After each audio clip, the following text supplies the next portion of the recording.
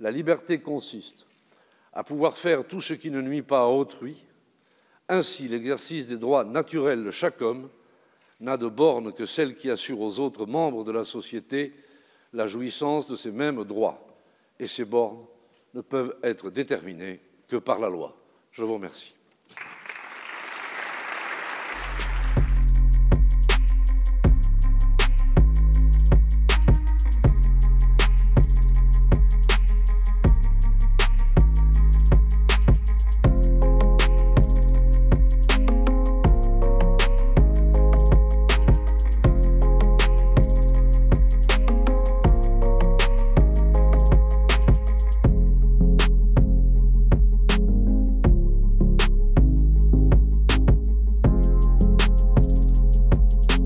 Avant d'aborder les questions au gouvernement, je souhaite évoquer un sujet de préoccupation majeure. Les pressions, les intimidations, les violences contre les élus de toute tendance se multiplient et s'aggravent.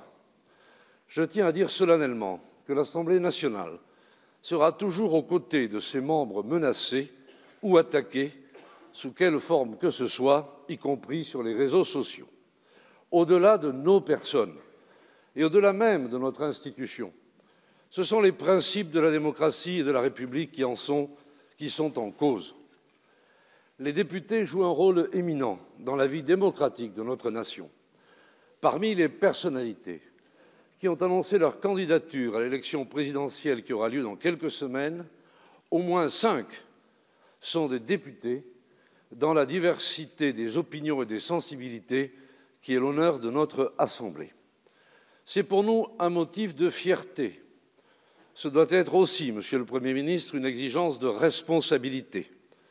Il est indispensable que tous les moyens de l'État soient mobilisés pour assurer la sécurité de tous les candidats comme de l'ensemble des représentants de la nation, quels que soient leurs engagements, et bien sûr le déroulement serein du débat électoral.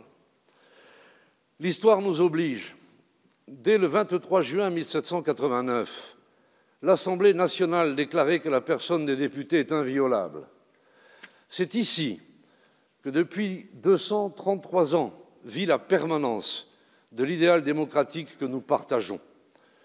Continuons à le faire vivre en nous rappelant constamment les termes de l'article 4 de la Déclaration des droits de l'homme et du citoyen. La liberté consiste à pouvoir faire tout ce qui ne nuit pas à autrui. Ainsi, l'exercice des droits naturels de chaque homme n'a de borne que celle qui assure aux autres membres de la société la jouissance de ces mêmes droits. Et ces bornes ne peuvent être déterminées que par la loi. Je vous remercie.